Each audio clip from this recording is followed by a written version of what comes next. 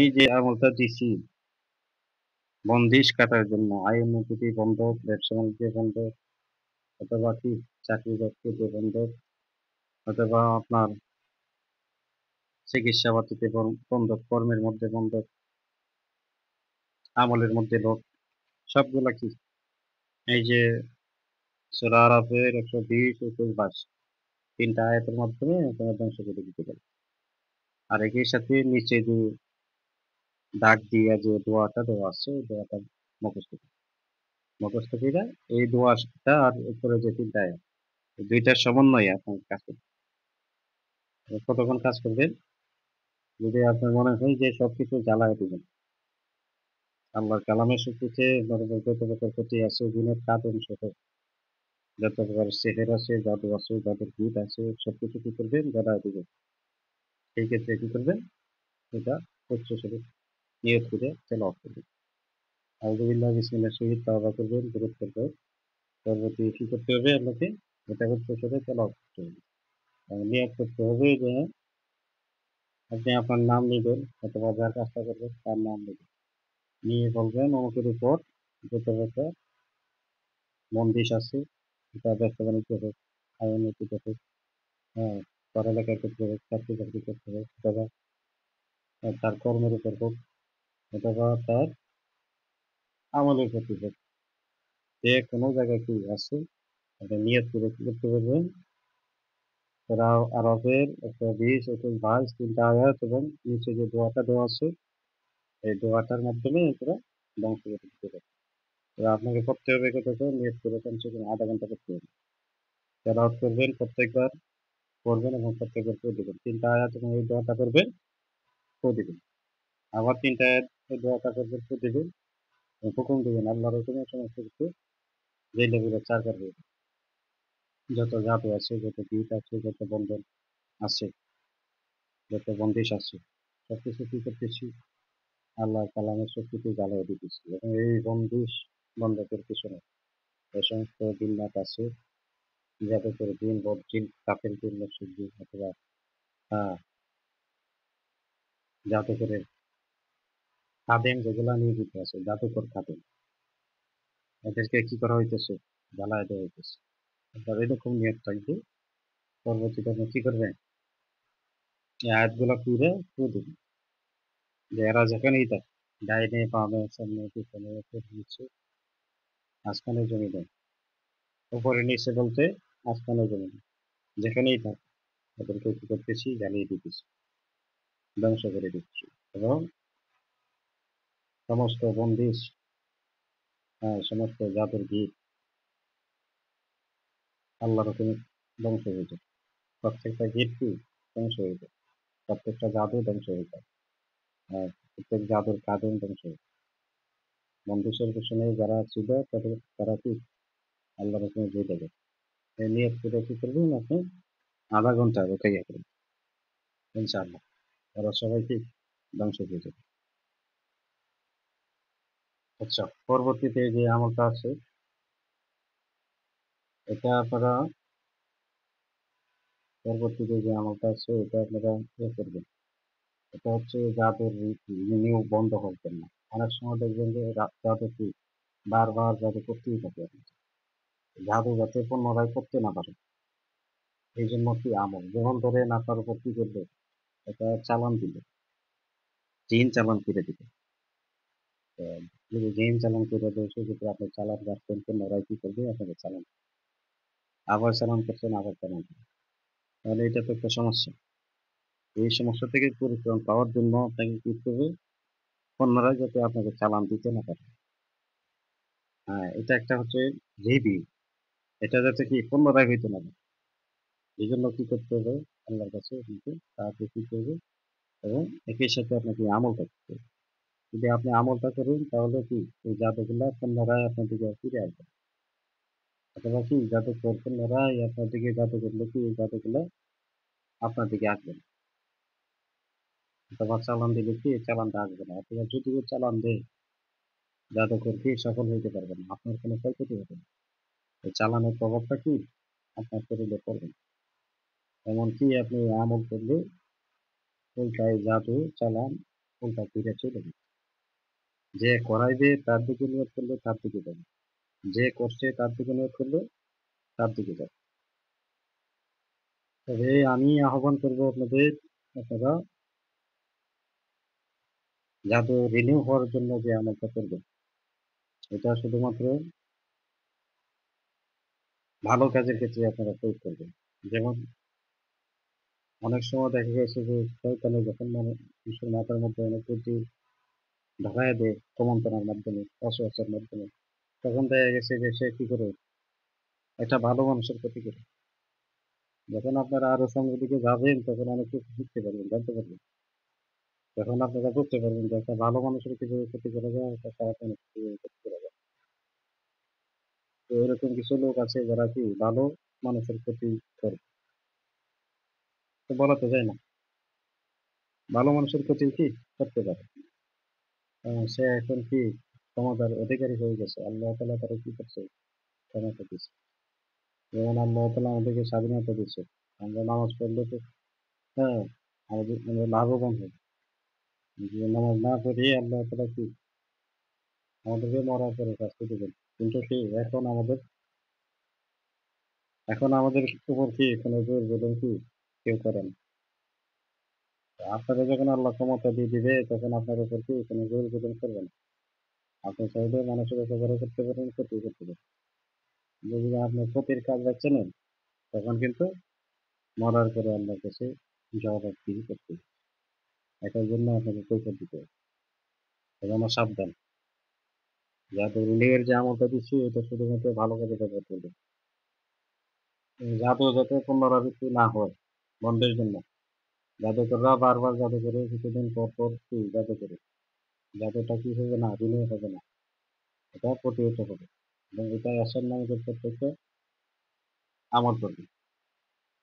এবং এখানে দেখেন খুব সুন্দরভাবে দেওয়া আছে সূরা সাবার ৪৮ এবং ৪৯ নম্বর আয়াত।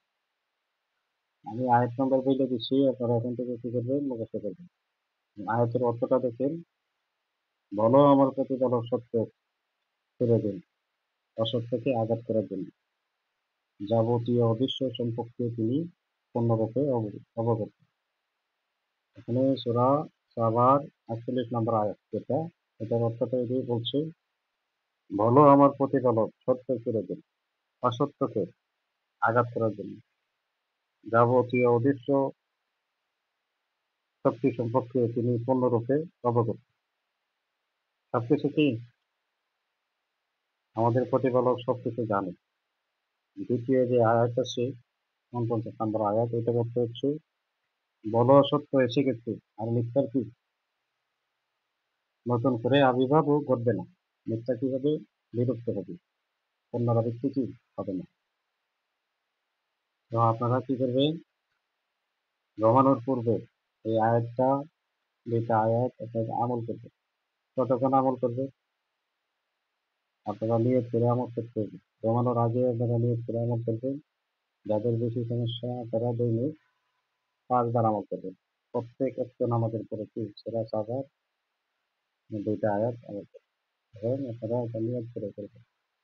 সত্যের কাছে কি মিথ্যা বিলুপ্ত, সত্যের কাছে কি সত্য সর্বদা সত্যই হয়। আর মিথ্যা কি যতই কুৎসিত করে সত্যে পরিণত হওয়ার জন্য মিথ্যা চিরকালই মিথ্যা মিথ্যা। আর সত্য যতই ঢাকে রাখে মিথ্যাতে পরিণত করার জন্য। কিন্তু কি আল্লাহ তাআলা কি যে কোনো মাধ্যমে অথবা কি যে কোনো ওসিলায় সত্যটাকেও সত্যতে পরিণত করে। যেন বলা হয়েছে জাদুকররা যখন নানা কৌশল অবলম্বন করবে, যেমন স্পষ্টভাবে বলা আছে যে জাদুকররা যে সমস্ত জাদু করে, এই জাদু হচ্ছে তাদের যে একটা ক্ষমতা, এটা হচ্ছে অল্প সময়ের জন্য। কারণ আপনি যদি আমল শুরু করে দেন তখন কিন্তু এই জাদুকরের ক্ষমতা কি আপনার আমলের সাথে শিখতে পারে। যেমন আপনি সে কি করলো, বিভিন্ন তন্ত্র মন্ত্র শিক্ষা, বিভিন্ন সূত্রে কালাম প্রয়োগ, যখন আপনি আল্লাহর কালাম প্রয়োগ করবেন এটা তো সত্য, এটা যখন প্রয়োগ করবেন তখন দেখবেন যে তারা যে মিথ্যা যে যতটা করলো অপশক্তির মাধ্যমে, এটা কি হবে? ধ্বংস হবে। এটা কি অন্যরা তাদেরকে যে পাত্তা করে তুলবে। এই জন্য এখানে বলছে যে সত্য সর্বদা সত্য হয়, মিথ্যা কি বিলুপ্ত হবে, মিথ্যা কি ধ্বংস হবে। তা আপনাকে করতে হবে ধ্বংসের দিকে। যে জাতিগুলা নদীকে করছে অথবা যে যা করাইছে সে যাতে কি আল্লাহ তাআলা যাতে তাকে হেদায়েত দান করে অথবা কি সে যাতে ধ্বংস হয়। আপনি এই নিয়তে কি করবেন? আমলগুলা করবেন। আর এটা যখন আপনি করবেন নিয়ত থাকবে আপনার উপর যত প্রকার ক্ষয়ক্ষতি আছে সব যেন উল্টানি করতে হবে। এটা কি জাদুঘরের থেকে ঘুরে চলে যাবে, ইনশাআল্লাহ ঘুরে চলে যাবে। ছোট্ট আমল যদি আপনি বিশ্বাসের সহিত করতে পারেন। এটা ঘুমানোর আগে করবেন এবং আপনারা প্রত্যেক নামাজে পরপর করবেন যাতে বেশি সমস্যা। এর সাথে বলা হয়েছে সূরাতুল ইয়াসিনের ৯ নম্বর আয়াত। আমি তাদের সামনে এক অন্তরাল দাঁড় করিয়ে দিয়েছি এবং পিছনেও এক অন্তরাল দাঁড় করিয়ে দিয়েছি। আর এভাবে তাদেরকে সব দিক থেকে ঢেকে দিয়েছি। ফলে তারা কি কোন কিছুই দেখতে পায় না। আপনারা যদি জাদুঘরের সমস্ত কিছু থেকে ভাবে থাকতে চান, সূরাতুল ইয়াসিনের মাধ্যমে কি করবেন? আল্লাহর কাছে সাহায্য চাইবেন। যে আল্লাহ এমন কিছু আপনার পক্ষ থেকে এমন কিছু অন্তরাল দাঁড় করাইয়া দেওয়া হোক। অন্তরাল বলতে এমন কিছু বেষ্টন করে দেওয়া হোক যে বেষ্টনগুলা কি থাকলে আমার দিকে কোনোভাবে আসতে পারে। অথবা কি এমন কিছু সিস্টেম করে দেন, হ্যাঁ, আপনি দেয়াল নির্মাণ করতে পারেন। চতুর্দিকে ডাইনে বামে সামনে পিছনে উপরে নিচে। হ্যাঁ, যেমন আগুনের কুণ্ডলী দিতে পারেন, আগুনের ঘর তৈরি করতে পারেন। পূর্বে যেগুলা চলছিল। এভাবে কি আপনি আল্লাহর কাছে আশ্রয় চাওয়া যে আল্লাহ যে ব্যবস্থা গ্রহণ করতে কোনো সেহের, কোনো জাদু, কোনো ধান, কোনো শক্তি অথবা কি কোনো চালান আমার দিকে আসতে পারবে না। উল্টা উল্টা কি ওখানে আটকা পড়বে। এটা উল্টা কি যে করবে তার দিকে ঘুরে যাবে। সেই ব্যবস্থা কি আপনি এই আয়াতের শক্তিতে সেই ব্যবস্থা করুন। এবং এই আয়াতটা কি আপনাকে করতে হবে। এবং এই আয়াতের আপনি সকাল, সন্ধ্যা, রাতের বেলা ৩ বেলা আমল করবেন। তো এখানে আপনারা দেখে নিবেন। এখানে বোঝানোর কোনো কিছু নাই। প্রত্যেকটা আয়াতেও আছে। আপনারা দেখে নিবেন। পরবর্তী আমি বলতেছি মুমিনের সর্দার কিভাবে হাজির করবেন। মুমিনের সর্দার হাজির করার জন্য এখানে দেখেন আমি একটা ইয়াসিন দিয়ে দিচ্ছি এবং এই ইয়াসিনের মাধ্যমে আপনারা করতে পারেন। ইয়াসিনটা আপনাকে সর্বপ্রথম মুখস্থ করতে হবে। মুখস্থ করার পরে আপনারা কি করবেন? এই ইয়াসিনের মাধ্যমে আপনারা মুমিনদের হাজির করতে পারেন। হ্যাঁ, এবং কি এর সাথে পরে হাজির করতে পারেন। যদি হাজির করেন আপনাদের মধ্যে রোহানি শক্তি কিন্তু থাকতে হবে। যদি রোহানি শক্তি না থাকে, যারা রোহানি শক্তি আমল করেন না, যাদের আল্লাহ তাআলার প্রতি কি অগাধ বিশ্বাস নাই, আল্লাহ তাআলার প্রতি যাদের অগাধ বিশ্বাস নাই, যারা নামাজি লোক না, যাদের ঈমানটা দুর্বল, আপনারা করলে এতে সফলতা আসতে পারে, নাও আসতে পারে। এটা আল্লাহ তাআলা কি ভালো জানেন। কিন্তু যারা নামাজি লোক, আল্লাহ তাআলাকে বিশ্বাস করেন, মনে প্রাণে বিশ্বাস করেন এবং এটা আমলে পরিণত করে, রোহানি শক্তি ভালো, রোহানি শক্তি জাগ্রত আছে। আপনারা কি করতে পারবেন? এই আমলের মাধ্যমে মুমিন জিন, মুমিনের সর্দার, পরী হাজির করতে পারবেন। এক আমলের মাধ্যমে। আমি আমলটা বলে দিচ্ছি। ইয়া যাল জালালি ওয়াল ইকরাম, ইয়া ইলাহানা ইলাহা ওয়াহিদা ওয়া আনতা লা ইলাহা ইল্লা আনতা ইলাহা ওয়াহিদা ইহদিনি বিহা। আমলটা খুব ভালোভাবে আপনারা মুখস্থ করবেন এবং এটা তাওবা করবেন, দরুদ করবেন, দরুদ থেকে আল্লাহর কাছে আশ্রয় করবেন। যে আল্লাহ আমার কোনো ক্ষমতা নাই, আমার কোনো শক্তি নেই। সকল ক্ষমতার মালিক, সকল ক্ষমতার উৎস আপনি। আমি আপনার পেছনের গোলাম। হুম, আমি আপনার ইবাদত করি, আপনার কাছে সাহায্য চাই। আপনি ছাড়া কি আমার কোনো প্রতিপালক নেই। আপনি ছাড়া আমার সাহায্য চাওয়ার মতো কি আর কোনো রাস্তা, আর কোনো দেওয়াল নাই। আমি নানান সমস্যার সম্মুখীন হইয়া অথবা কি আপনি যে কারণে ডাকতেছেন, যেমন আপনার বদ দিন আছে, খারাপ দিন আছে, তাদেরকে বন্দি করতে হবে, তাদের শাস্তি দিতে হবে। হ্যাঁ, এই সমস্যার কথা বলবেন যে আমার এক রোগীর সমস্যা নিয়ে পড়ছি, যে সমস্যা থেকে কি সমাধানের জন্য অথবা এই সমস্যা থেকে পরিত্রাণের জন্য আমি আপনার কাছে সাহায্য করতেছি। কেবলমাত্র একমাত্র আপনি কি আমাকে সাহায্য করতে পারেন।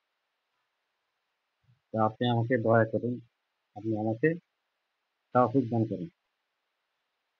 আমি যেন মুমিন হাজির করছি। আজকে বিষয় হলো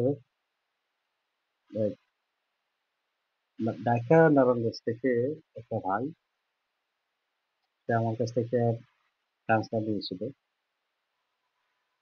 তো পরবর্তীতে আবার সে এই তাজবিশ্বরা জাগ্রত করতে এবং এই কাজ ৪০ দিন আমল করা লাগে। তো এখানে দেখা গেছে যে সে জাকাত দিতে পারবে। সে চাকরি করে, পাশাপাশি নামাজ পড়ে, কোরআনে শক্তি আমল করছে। মোটামুটি কোরআনে শক্তি ভালো। আমার সাথে যোগাযোগ করার পরে আমি কি করলাম, নাম ঠিকানা নিলাম, নিয়ে একটা পরীক্ষা দিতাম যে সে কি পারবে কিনা, কারো দিয়ে পারবে কিনা। পরবর্তীতে পরীক্ষাতে আসছে যে হ্যাঁ, তার রাশিটা একটু দুর্বল এবং তারে যদি আমি চালান দিই, তার পেছনেটা যদি জাগ্রত করে দিই এবং আমি যদি এটা কাজ করে দিই, সেক্ষেত্রে হবে। পরবর্তীতে আমি তারে কিভাবে তার পেছনেতে হাজির করতে হবে জাকাত ছাড়া, জাকাত দিতে হবে না। সেই সিস্টেম পদ্ধতি তারা আমি বলে দিচ্ছি এবং তার পেছনে জাগ্রত করে দিচ্ছি এবং তার পেছনে কিভাবে হাজির করতে হবে এই নিয়মকানুন শিখাই। তো সে একাধারে আমি ৩ দিন আমল দিছি তারে। ৩ দিনের মাথায় সে সফল হয়েছে। ৩ দিনের মাথায় সফল হয়ে সে কি করলো, রেডিও দিয়ে দিল। তো এরকম দেখা গেছে যে আমার কাছ থেকে ট্রান্সফার নিছে, আমার কাছ থেকে ওই ৫ বছর জাগ্রত করে নিছে।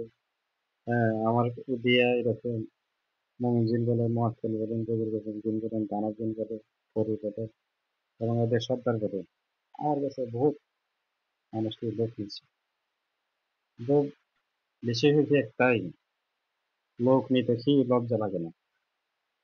কিন্তু কি লোক নিয়ে সফলতা হওয়ার পরে তখন এটা জানাইতে লজ্জা লাগে। এবং কি আমার কাছ থেকে লোক নিছে এক ভাই।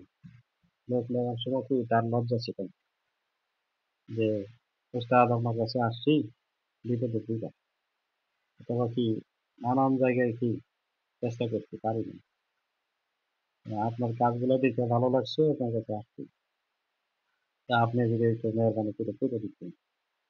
আমি কাজ করে দিলাম, নিয়ন্ত্রণে বলে দিলাম, আমি পরবর্তীতে কাজের মধ্যে সফলতা পাইছি। আমি কি বারবার বলবো যে আপনি সফলতা পাইছেন? তো আপনি কি করেন একটা রিভিউ ভিডিওতে, হয়তো বারবার বলবেন। আমি এক ভিডিওতে বলে দিছি যে আমার শীর্ষ অথবা ছাত্র যারা আছে, আমার ভিউয়ার যারা আমার দিয়ে কাজ করাইছে, সফলতা পাইছেন অথবা আমার কাছে ট্রান্সফার নিচ্ছে, আপনারা কি করবেন, একটা রিভিউ ভিডিও দিবেন। এই ভিডিওটি দেখি মানুষের একটা বিশ্বাস হয় যে এনাদের কাছ থেকে এভাবে কাজ করে লোকজন সফলতা পাইতেছে। তো তারা কি করে এই ভিডিও প্রমাণপত্র দিতে পারে না। কেন পারে না? যে বললাম লজ্জা। তখন তাদের একটা লজ্জা কাজ করে। যখন কাজ করায় নেই তখন লজ্জা কাজ করে। সেই আপনারা বুঝতে পারছেন?